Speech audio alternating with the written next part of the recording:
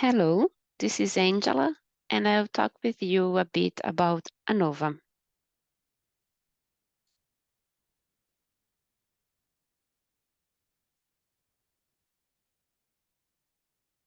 Who invented ANOVA? Ronald Fisher was born in London in 1890. In 1959, on a 6-month visit to the University of Adelaide, he decided to settle in the city and he died there on 1962. His extraordinary contributions to statistics, experimental design, scientific inference, biology, and genetics have had far-reaching consequences in many branches of human thought. And the term analysis of variances first appeared in 1924 in Fisher's article Studies in Crop Variation 2. In this study, Fisher created one of the most important tools in biological science, a method to separate the effects of different treatments in a well-designed experiment. What is ANOVA? It is a statistical method used to determine if there are significant differences among the means of 3 or more independent groups.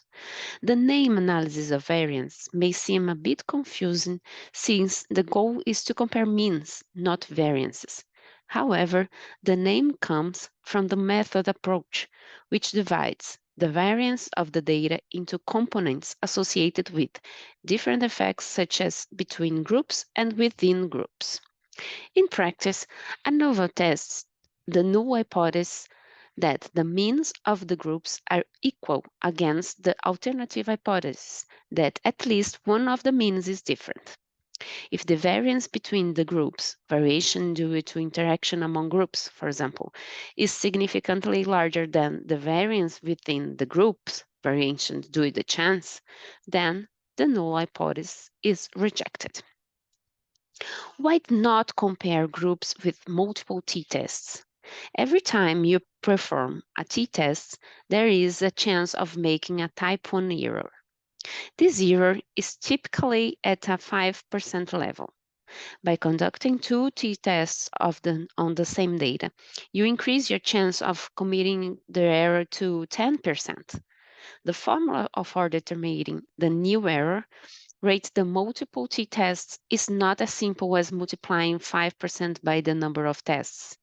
And ANOVA controls for these errors so that the type 1 error remains at 5%, and you can have more confidence that any statistically different significant findings are not just the result of conducting multiple tests. So, let's imagine the following scenario. A population of individuals with obesity who will receive the drugs A, B, C, or D to reduce weight. In this case, we observe that the weight distribution is normal, with the mean centered in the distribution. We have the mean group A, the mean group B, the mean group C, and the mean group D. Notice that there is a separation between the means of the groups, and there is a variation within each of the groups.